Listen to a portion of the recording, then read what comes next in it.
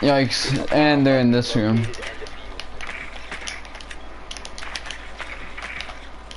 I'm gonna watch on my PS4s. They're getting a bit cocky.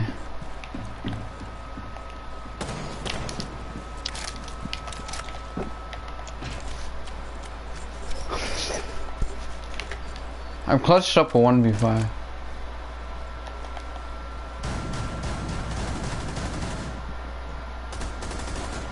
One friendly operator remaining.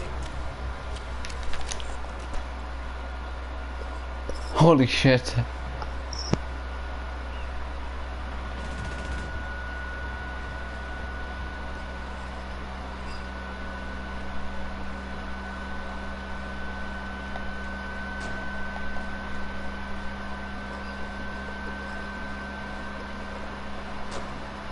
Don't type anything in chat, please.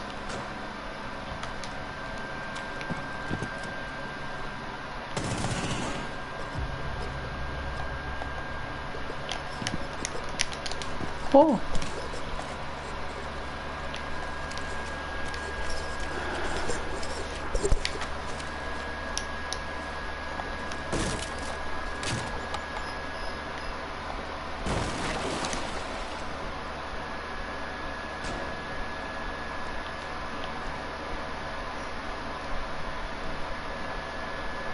Shit.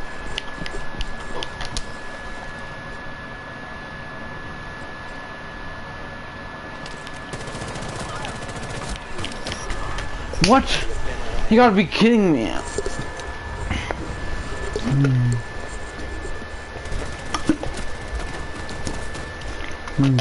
Oh, my aim is on point, dude.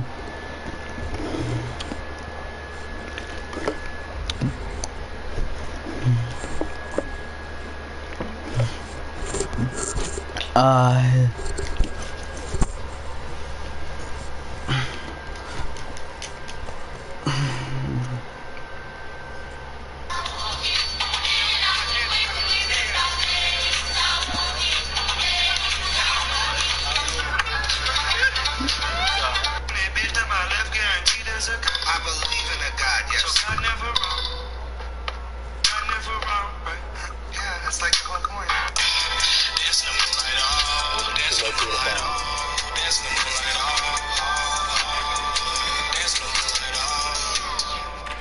Don't know when I met you, but I met you. Give me the beat, boys, and free my soul. I wanna get lost in your rock and roll and drift away. So I'ma get more. Yeah, I'ma get more. Okay.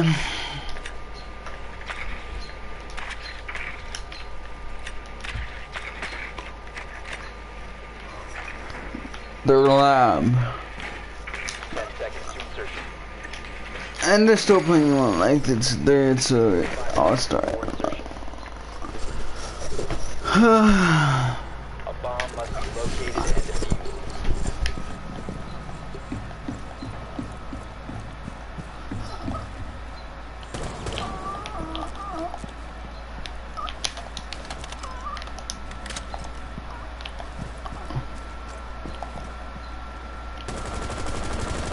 Exposed you.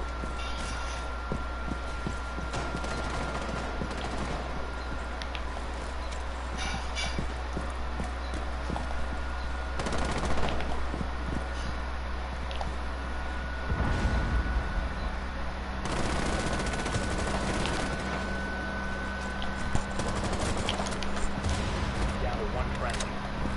Oh shit.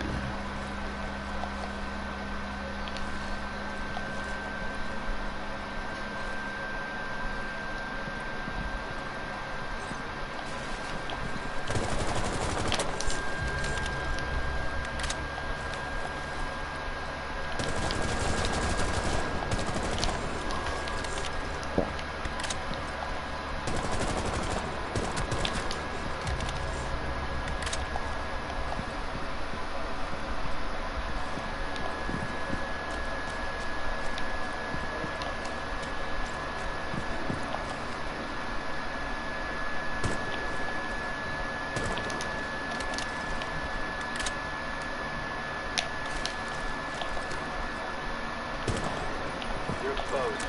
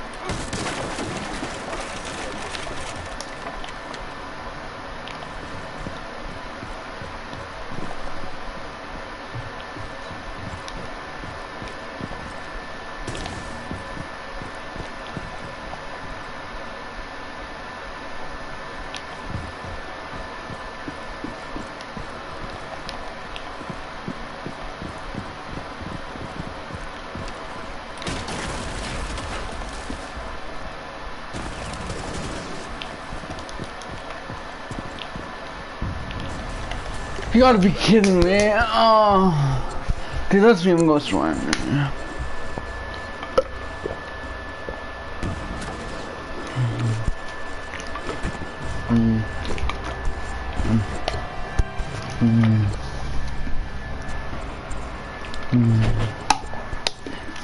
So bad.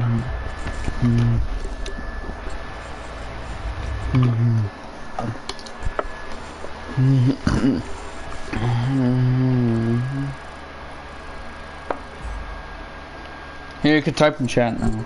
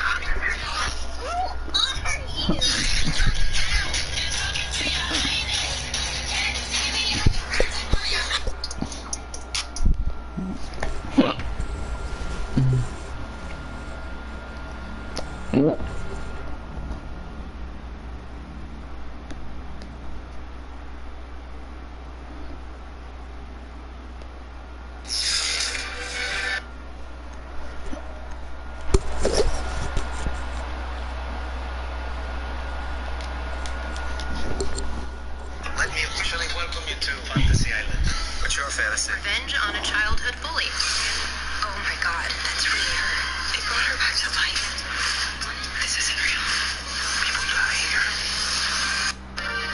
But their year of peace comes to an end when Freddy's resurrected and starts killing again, somehow managing his massacres even while Alice is still awake. After the Dream Master took a break from exploring Freddy's backstory, the Dream Child returns to the Amanda Krueger storyline established in Dream Warriors and pretty much bases the entire movie around it. But with another revolving set of screenwriters and a super rushed production, the resulting movie is a gothic mess that continues to feature more weird dream visuals than interesting characters or a sensible storyline. And the Freddy Jr. part is just the cherry on this shit sundae. And hate to be the bearer of bad news, but the MPAA mercilessly cut down all the death scenes in this movie. Let's look at what they left and get to the kills. To go rinse all that handsome off, but her post-coital hosing down gets treacherous when the shower fills up and almost drowns her. She only manages to escape by breaking through the wall of reality and launching her naked ass into Dreamland, where, at the end of this dark and wet corridor, is the fabled 100 Maniacs of Hathaway House, which include a makeupless Robert Englund who's spiking that camera like it's a volleyball. Alice finds herself in a nun uniform with an Amanda Krueger name tag, and when the hospital orderlies peace out without finishing their count, Lynn wearing a potato sack. He jumps on her and pins her down in the bed until she throws him off and he disappears. Hell of a way to start your graduation day. That's right, it's time to.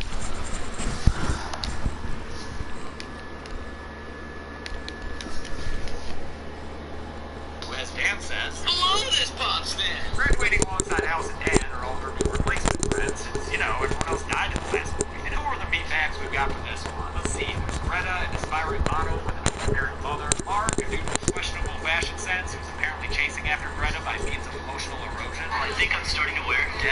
Yvonne, who for some reason is both an all-star swimmer and works at a hospital. I think these latter movie nightmare characters just have their personality traits picked out of a hat. Alice's douchebag father is there too. Apparently, on her way to work, Alice sees the Full Jump Rope Ensemble, who at this point have just got to be doing a greatest hits tour. No way they're still pumping out new material. See? Nothing beats the classics. She follows them through some shrubbery until she finds Amanda Kruger at the steps of the asylum, which looks like a giant gothic castle here. Inside, Alice walks around, sees a crazy-looking baby carriage, and then falls into a fantasy where she's on a stretcher being pushed into a hospital room. But she fights back until she becomes an observer instead of a participant in the screen. And now she's watching Amanda Kruger on the stretcher as she gives birth to something that causes quite a stir. Located a bomb. Make your way to its location and defuse it.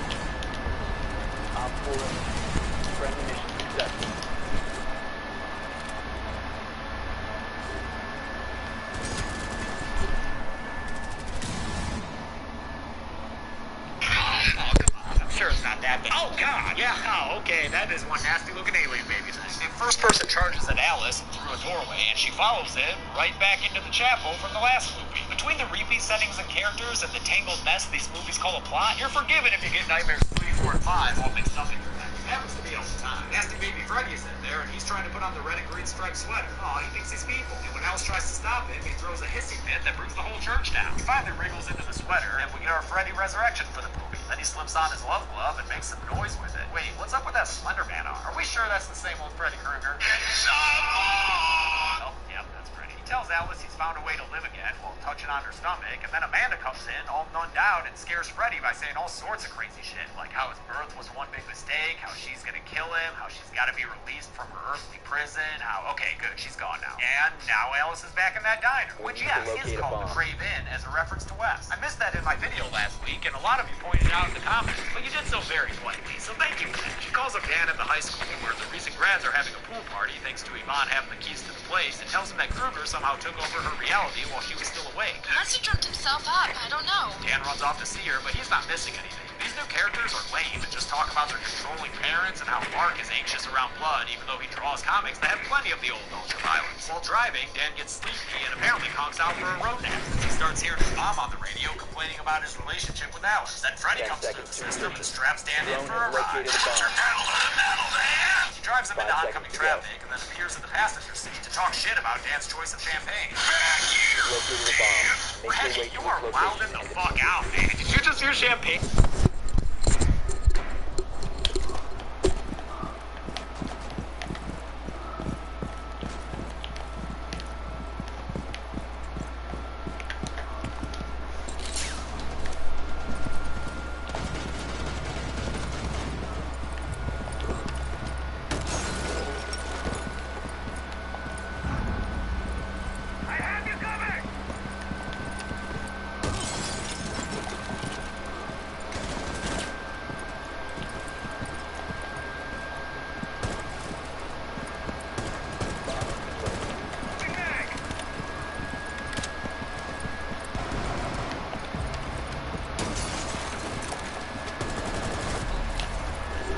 Where does that house go?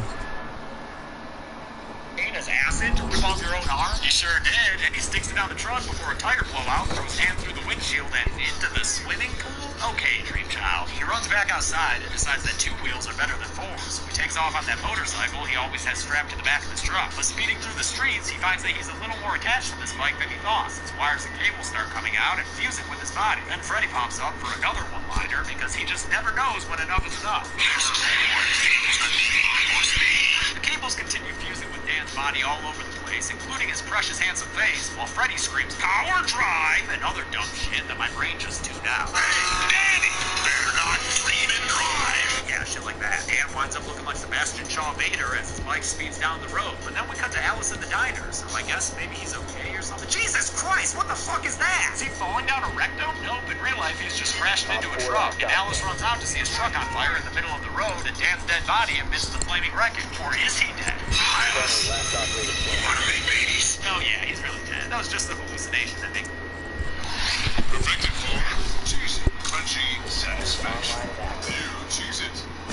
She wakes up in the hospital and complains to Yvonne once again that Freddy has found a way to attack people outside of her dreams. Her asshole's anonymous father and a doctor tell her that Dan is dead and that his replacement's already in the making because she's pregnant with his kid. She goes to sleep in the hospital and wakes up to that kid who avoided Grant in Jurassic Park. He tells her his name is Jacob and that he's sorry her boyfriend's dead. Thanks, kid. I'm sure she wants to keep talking about that. He pieces out, and the next day Yvonne tells Alice there weren't any kids anywhere near her hospital room. You know what that means? Ghost kid. Alice holds court with her friends and gives us our by now exhausting Freddy Krueger backstory from beginning to end, all the legal loopholes and vengeance arson included. Her friends are skeptical, of course, because that's how these movies go, but offer their empty support in the form of thoughts and prayers. And hugs. Greta's at a fancy dinner with her haughty-ass momager when she nods off at the table. Things get surreal fast. Chef Freddie Ramsey comes out and locks Greta in a high chair for some nom-noms.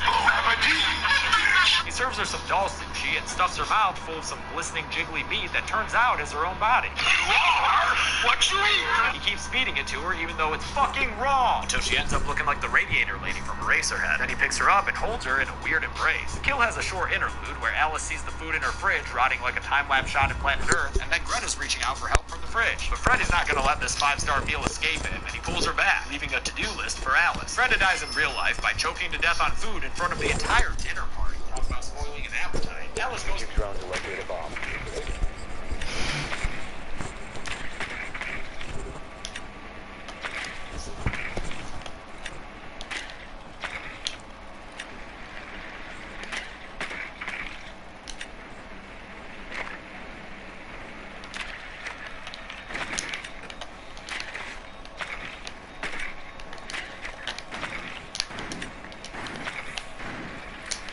Your drone has found a bomb.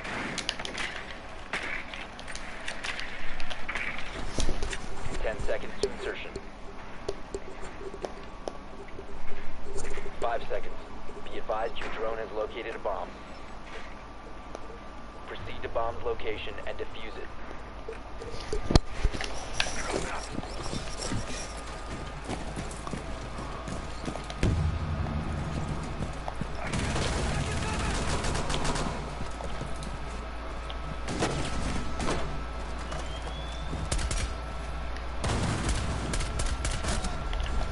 Oh no, he has a shotgun. What? Wow, it's so magical. Dude, I'm getting bored of this game. I'm going for